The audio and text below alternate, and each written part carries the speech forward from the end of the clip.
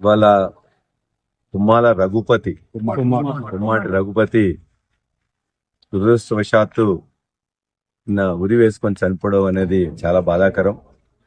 వాళ్ళ కుటుంబమే కాకుండా గ్రామస్తులందరూ కూడా చాలా బాధతో వారు చెప్పిన విషయాలను బట్టి చూస్తే ఆయనకు చెందిన భూమిని ఆయన పేరు మీద రిజిస్టర్ కాకపోవడం, పట్టా ఎక్కపోవడం వల్ల బాధతో అక్కడ ఉండే రెవెన్యూ అధికారులకు పైసలు ఇచ్చి కూడా దరిదాపుగా సంవత్సరం నుంచి తిరిగి చివరికి పట్టా కాదు అని ఇవాళ ఈ ప్రభుత్వం మారిన తర్వాత కూడా ఇంకా ఎక్కువ పైసలు డిమాండ్ చేయడం, పైసలు మళ్ళా ఇచ్చినే కాకుండా మళ్ళా ఇస్తానని చెప్పేసి చేస్తా అని చెప్పేసి అనడం, ఒక విచ్చలవిడితనం వచ్చింది అధికారుల్లో.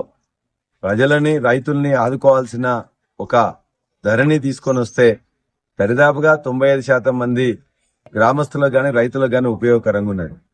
ఎక్కడెక్కడైతే ఇబ్బంది ఉన్నదో ఆ ఇబ్బందిని తొలగించడానికి ప్రభుత్వాలు చూడాలి తప్ప ఒకరి మీద ఒకరు నెపం పెట్టి గత ప్రభుత్వం చేయలేదని చెప్పేసి ఈ ప్రభుత్వంలో మేము కూడా చేయమనే విధంగా వారి యొక్క ఆలోచన ఉన్నది. నిజంగా 100 రోజులు అయిపోయింది. ఈ యొక్క పేద రైతుకి న్యాయం చేయదలుచుకుంటే వాళ్లే ఖచ్చితంగా వాళ్ళకి ఎక్కడెక్కడ ఏం జరిగింది ఒక రెవెన్యూ సదస్సు పెడతామని చెప్పేసి అన్నారు. రోజుకు ఒక స్టేట్మెంట్ ఇస్తున్నారు. ఇంతకుముందు ఏదో తప్పులు జరిగినాయి వాటన్నిటి సరి చేస్తామన్నారు. 100 రోజులు వచ్చింది. అందరికి కూడా ఇవాళ కలెక్టర్కే కాకుండా ఆర్టీఓకి కాకుండా ఎంఆర్ఓకి కూడా ఇవాళ విధులు మొత్తం కూడా పంచినమని చెప్పిండ్రు. మరి మీరు విధులు పంచినట్లయితే ఎందుకు ఈ యొక్క పేద రైతు తనకు చెందిన భూమిని తనకు ఎక్కలేదు?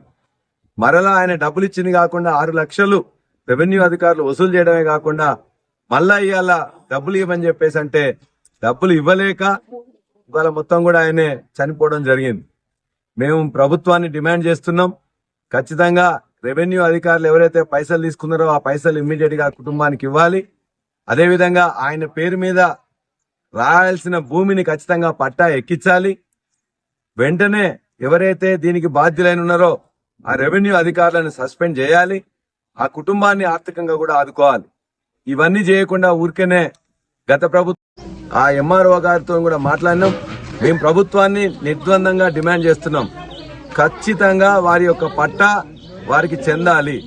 ఆ పైసలు ఏదైతే వాళ్ళు తీసుకున్నారో లంచంగా తీసుకుని మళ్ళా డిమాండ్ చేసినారో ఆ పైసలు వెంటనే వాళ్ళకి ఇచ్చేయాలి.